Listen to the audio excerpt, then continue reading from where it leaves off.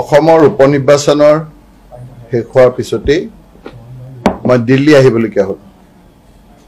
আজি দিল্লীৰ পৰা অসমৰ আৰু নিৰ্বাচনী আয়োগক দুটামান কথা আপোনালোকৰ যোগেদি জনাব বিচাৰিছোঁ।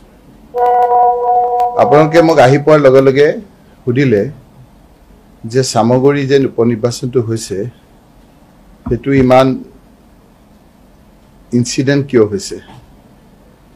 এই কথাখিনিৰ আঁত ধৰি আপোনালোকে দেখিছিল প্ৰথম যেতিয়া নিৰ্বাচন হৈছিল, নিৰ্বাচন ঘোষণা হোৱাৰ পাছতেই মাননীয় বিধায়ক জিতু গোস্বামী ডাঙৰীয়াই মোক কৈছিলে যে ৰকিবুল হুছেইনক প্ৰৱেশ কৰিব নিদিবা। ৰকিবুল হুছেইনে প্ৰৱেশ কৰিলে তোমালোকে বাধা দিবা। সেই বিষয়ে মই আৰক্ষীক এজাহাৰ দিছিলোঁ আৰু কৈছিলোঁ যে তেওঁলোকৰ ইণ্টেনশ্যনটো ঠিক নহয়।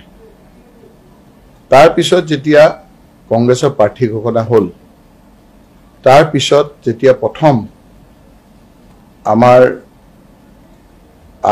এখন সভা কৰিবৰ কাৰণে বিভিন্ন বিধায়ক গৈছে,